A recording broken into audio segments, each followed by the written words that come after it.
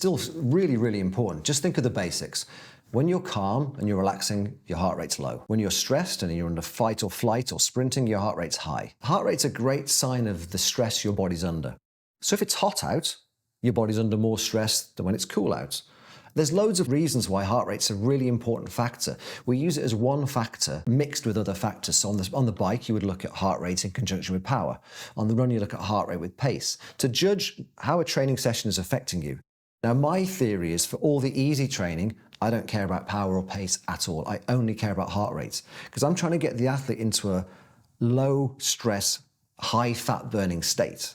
So I want them to be lower heart rate so they can access fats for energy. So zone 2 training for me, only heart rate based. And over time, what you should see in zone 2 is more power and pace as you get fitter over the months. Same heart rate, higher power, faster pace, basically. And then if we're training like, say, threshold and above on the bike and run, then we focus on pace or power, because what we're doing is then we're trying to get the intensity right. Think about it. If you're doing, say, a set of 2-minute intervals, heart rate's not going to rise enough in that 2 minutes to give you a true intensity factor. Whereas power is exact. You jump on, your threshold's 250 watts. You ride at 250 watts for 2 minutes, take a minute recovery. We've chosen that 250 watts or whatever it is based on your lactate data and your personal test. And then we're also using heart rate as a measure over time as to whether it's less stressful to produce that power. Here's an example. Day 1, you ride for 10 minutes at 250 watts. Your lactate's 4 and your heart rate's 150. A month later, do the same thing, but your heart rate's 10 beats lower. You've adapted to that power, haven't you? Your heart rate's lower, your lactate's hopefully lower as well. That's an adaptation. So we look for the moving factors of all of these things. Now, heart rate is great because you can also train in zones. We look at, you're not training at specific numbers because that gets, it's most people, they can't do it. So you have a zone, maybe it's 125 to 140 for your zone 2. You can go out and you can cycle or run and work across different terrains to stay in that zone. You control your gears, control your pace to keep your heart rate where you need it.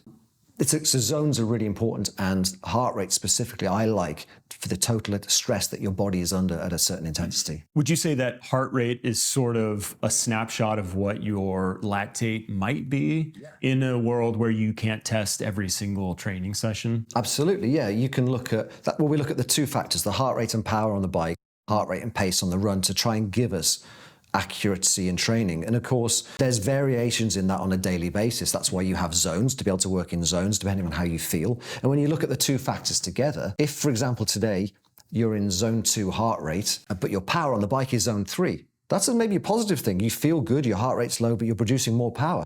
This is a good day. What about the opposite? A day you're in zone 3 heart rate, but your power's down in zone 2. Things aren't quite as good today as they should be. I've seen those two factors together. I can now judge what to do. Am I tired? Am I getting sick? You make decisions based on what you see of the two things together. So there's lots of factors affecting heart rate. So understanding your own response to training and how that affects heart rate is part of you learning to become a good athlete.